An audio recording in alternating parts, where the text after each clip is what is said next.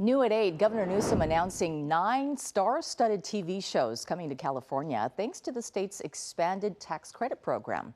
The announcement coming as the program builds momentum and lawmakers race to fix a budget provision threatening to undermine it.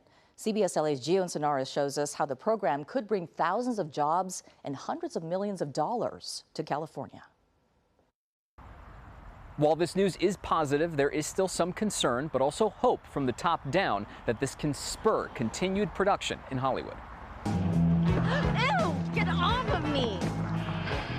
As if! It's the opposite of disgust this time around, after a sequel to the iconic LA film Clueless was announced as one of 9 new TV projects awarded through year 2 of the state's expanded film and television tax credit program. The momentum is real. We're seeing it, absolutely, no question about it. Colleen Bell, the director of the California Film Commission, says since California expanded the incentive program last year, the numbers have been striking. The projects announced today are expected to generate $608 million in direct production spending.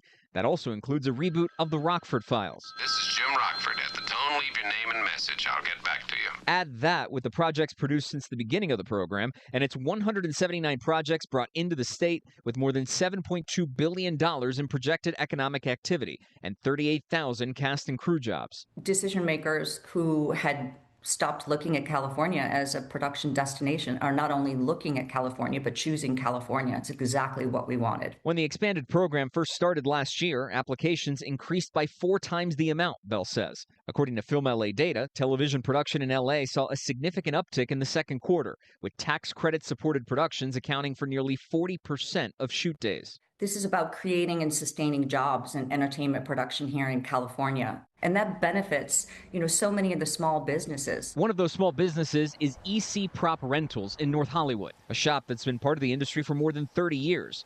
Owner Scott Bobbitt left the entertainment business 16 years ago. But last year, when he heard the shop was about to close, he bought it with the goal of helping it survive. One of the productions currently renting from his shop, a reboot of Prison Break, is a tax credit-supported show.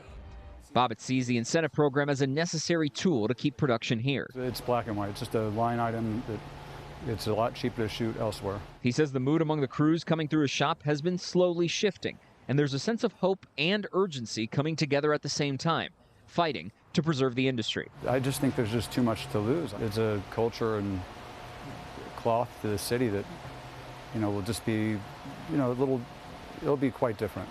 As for the budget cap we've previously reported on that threatens to undermine the film and television tax credit program, Assemblymember Rick Chavez-Sabur, who co-wrote the original expansion legislation, told me that lawmakers are working to advance a bill within the next 2 weeks to fix it. He says the timeline is tight, but, quote, doable. The legislature has 3 weeks left in the session to get it done. Reporting from Burbank, I'm Gio Insignares, CBS LA.